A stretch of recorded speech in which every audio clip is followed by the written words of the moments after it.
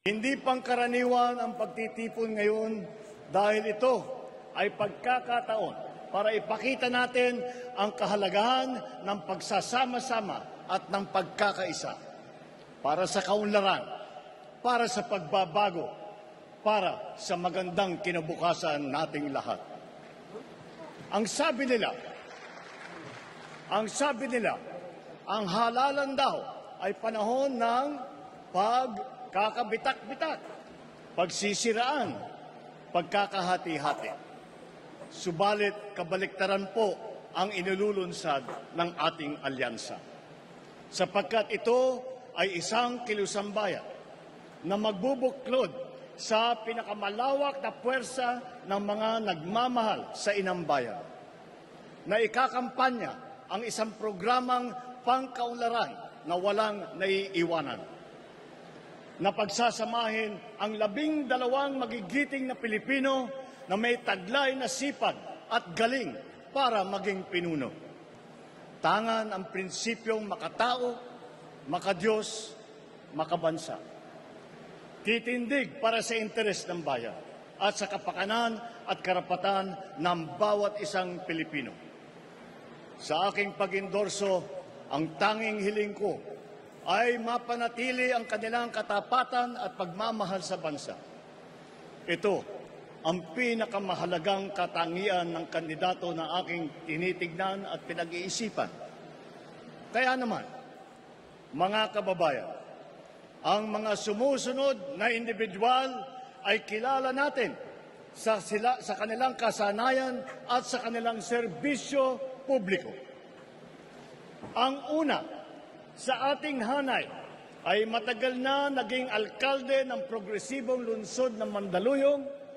Hinalal din siya bilang kongresista at ngayon siya ay ang maagap at mabisang kalihim ng DILG.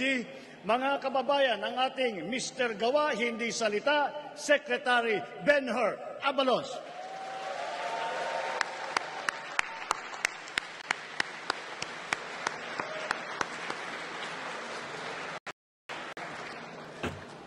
Ang susunod naman ay sumabak din sa Kongreso. Wala sa pulyeto ang pruweba ng kanyang kagalingan. Nasa lungsod na mahusay niyang pinamamahalaan. Mga kababayan, Mayor Abby Binay, hindi pwede ang pwede na, dapat better.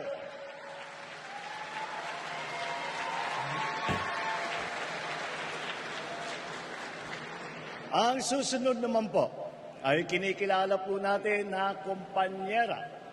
Siya rin po ay walang pagod na kampanyera para sa kalusugan ng mamamayan, edukasyon at kabataan, karapatan ng mga kababaihan. She is a lawyer, an economist, athlete, and a mother. Senator Pia embodies what it means to be a Pinay in action. Mga kababayan, Senator Pia Cayetano.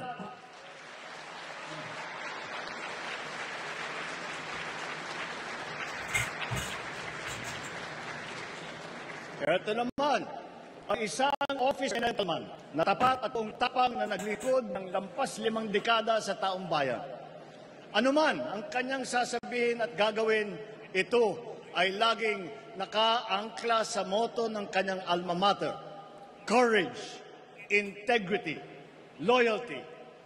Isa po siya sa tunay na nagsasabuhay sa mensahe ng aking SONA: ang tama ay ipaglaban, ang mali ay labanan. What is right must be kept right. What is wrong must be set right. Mga kababayan, Senator Ping Lacson.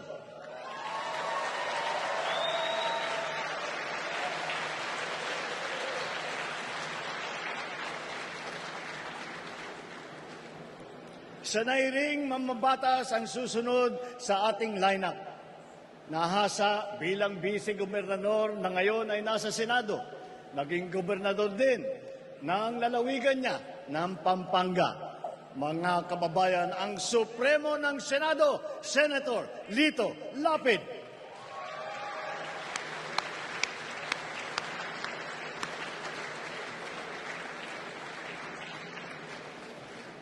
Ang susunod na tagapagtaguyod ng ating bandera, ay siya nang yatang pinakamatagal kong kakilala sa hanay na ito.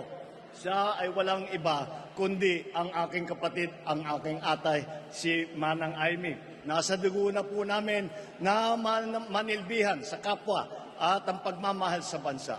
Naging kongresista, gobernador at senador.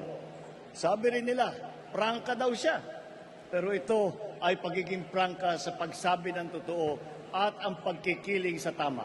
Sa kanya, sigurado ang kanyang Aimee solution. Mga kababayan, kasama din po natin si Senator Aimee Marcos na naunahan na ang mga ibang senador at busy na nagkakampanya at hindi makarating ngayong araw na ito. Tanyag, hindi lang sa ating bansa, kung hindi sa buong mundo. Ang susunod natin ay ang ating pambansang kamao na nagpamalas ng galing bilang mambabatas, mga kababayan, ang ninong ng bayan, Senator Manny Pacquiao.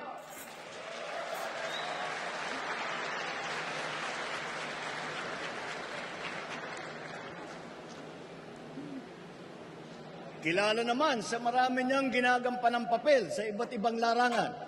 Pero ang pinakamahalaga ay ang pagiging lingkod bayan.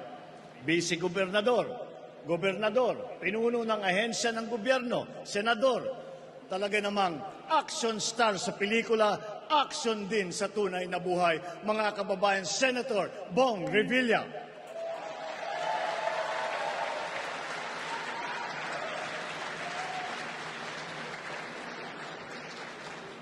Ang ating susunod ay nakapaglingkod ng 24 na taon bilang senador. Kasama natin sa paglalakbay tungo sa maaliwalas na bukas. Mga kababayan, hindi na po nangangailangan ng introduction ang dating Senate President Tito Soto, maaasahan ng pamilyang Pilipino.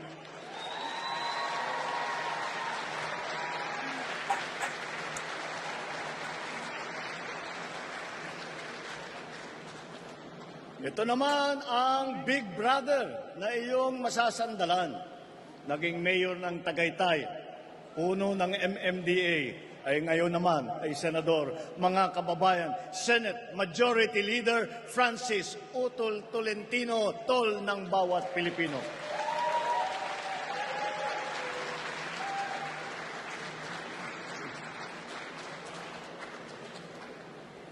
Ang susunod kong ipapakilala sa inyo ay isang public servant na noon ay madalas kong masabihan na ang ama ng saklolo. Kasi ang unang bukang bibig ng mamamayan ay itulfo mo. Nanihilbihan bilang kalihim ng DSWD na ngayon naman ay membro ng Kongreso, mga kababayan, Congressman Erwin Tulfo, kakampi ng inaapi.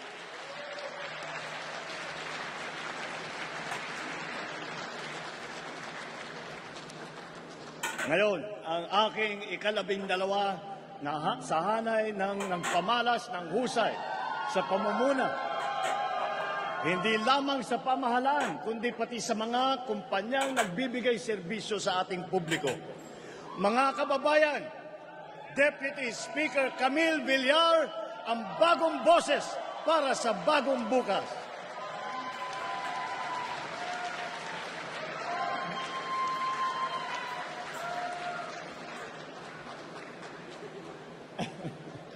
Ika nga, may kanya-kanya tayong abilidad para mapabuti ang ating bansa.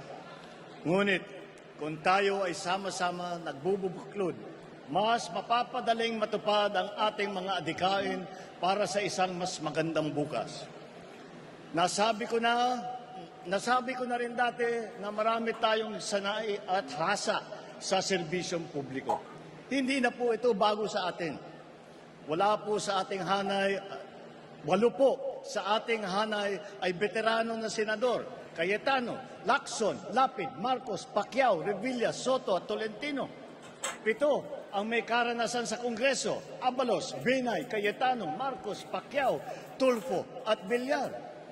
5 ang nahasa sa lokal na pamahalaan, si Aimee sa Ilocos Norte, Lapid sa Pampanga, Revilla, Cavite, Binay sa Makati, Tolentino ng Tagaytay, Tito Sen bilang Vice Mayor ng Quezon City, 4 din sa kanila ay nagsilbi bilang miyembro ng kabinete. Abalos sa DILG, Tulfo sa DSWD, Lacson ng Yolanda Rehabilitation Commission, Tolentino sa MMDA. Pagdating naman sa geographical representation, 2 ang tiga Mindanao, Pacquiao ng Bukidnon, Sarangani at Jensan. At si Erwin naman ay lumaki sa Davao Oriental at sa Sulu. Bukod pa ron, ang unang Vicente Soto ay naging senador ay taga Cebu. Ang nanay naman namin ni Amy ay 100% Waray. At ang 3 malalaking rehiyon ng gitnang Luzon, Kamaynilaan at Timog Katagalugan ay may boses sa ating kupunan. Mga kababayan, sila po ang lineup ng alyansa.